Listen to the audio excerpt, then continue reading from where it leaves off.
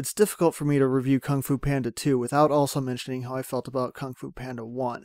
The advertising for Kung Fu Panda was mainly centered around Jack Black telling corny jokes and generally acting like a bumbling idiot, but as a panda named Po. I was not looking forward to the original Kung Fu Panda at all, and it really blew me away when I finally saw it and found out that it was a genuinely good movie with most of the ad campaign being an outright lie. The advertising for Kung Fu Panda 2 was pretty much the same. There were a few commercials that highlighted the action scenes, but most of the ads were again about Po trying to be funny. After the first movie though, I went in a little more prepared. This time I went in expecting the movie to be better than what was advertised, but I also wanted to be cautious because DreamWorks has an iffy history when it comes to making sequels. I was pleasantly surprised to find the movie surpassed most of my expectations. I really liked it a lot. It's great as a sequel, it's great as a send-up of the Kung Fu movie genre, but it's also one of the best Kung Fu movies in its own right that I've seen in a long time. The first thing I noticed is that the fight choreography is actually better than it was in the first movie, and that by itself is pretty impressive. Aside from that, the story is more serious this time around. The villain is Lord Shen, a peacock voiced by Gary Oldman, who plans to conquer all of China.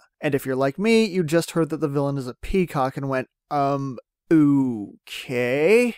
This is one you really have to see to believe, but trust me, he makes an excellent villain. One of his plans for domination involves defeating all of the Kung Fu masters by inventing the first cannon. We also learn that nearly everything he does is motivated by a prophecy that he will one day be defeated by a warrior of black and white, which means that he has a significant role in Po's past as well. By the way, that's not a spoiler. All of this pretty much gets revealed right at the beginning of the movie. Meanwhile, Shen is also something of a Kung Fu master himself, and I can only imagine that his Kung Fu style was meant as something of an apology for Master Crane. See, the Furious Five were meant to be literal representations of the different animal styles found in Kung Fu, but with the exception of Tigress and possibly Monkey, none of these characters are capable of actually demonstrating their respective styles, and Crane is one of the worst offenders. All he really does is fly around and occasionally make broad swipes with his wings, but Lord Shen's fighting style is much closer to what the Crane style actually looks like, and it is truly breathtaking. My only nitpick with Lord Shen is that he also uses a bladed weapon that he seemingly pulls out of his ass. Now don't get me wrong, it's used well and all of his scenes look fantastic. I just have no idea where he keeps the damn thing. We also get some great character development, specifically from Po and Tigress. Po gets a bit more serious as he tries to learn what happened to his real parents, and Tigress, who previously despised Po, has now started to accept him, not only as a member of the team, but also as a friend. This also means that she has to dish out some tough love occasionally. There are times when Po gets distracted by something and it has a negative effect on the team, but he doesn't want to talk about it, and it's up to Tigress to beat some sense into him.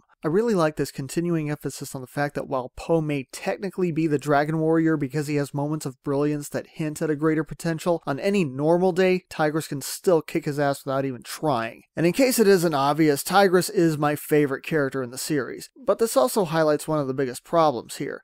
This is Kung Fu Panda, and Po is one of the worst parts of his own movie. I didn't mind him in the first one because the humor was played down more and his role as a Kung Fu fanboy living inside a Kung Fu movie felt more appropriate. But now in the sequel, where everything is more serious and Po is a legitimate Kung Fu warrior in his own right, the Jack Black humor feels a lot more forced, and in some cases it really interrupts the flow of the movie. For instance, every time Po is on screen with Tigress, he has a fanboy gasm about how awesome she is. I kind of chuckled the first time that it happened, but we really don't need to hear it every single time they show up together. Seriously, it happens a lot, and I'd be surprised if you didn't subconsciously wish for Po to shut up at least once. Don't take the humor out completely, just tone it down a little bit. Overall though, my complaint here is a relatively minor one, and it's meant to be taken more as a word of caution. The ending heavily suggests that they're planning to make another sequel, and as long as they can keep up this level of quality, I would love to see it. But the filmmakers need to be very careful in how they handle Po, because he's walking a thin line where he could potentially become very annoying very quickly. The series is a lot of fun, but it's also a genuine work of quality. To the people working at DreamWorks, you've got something great here.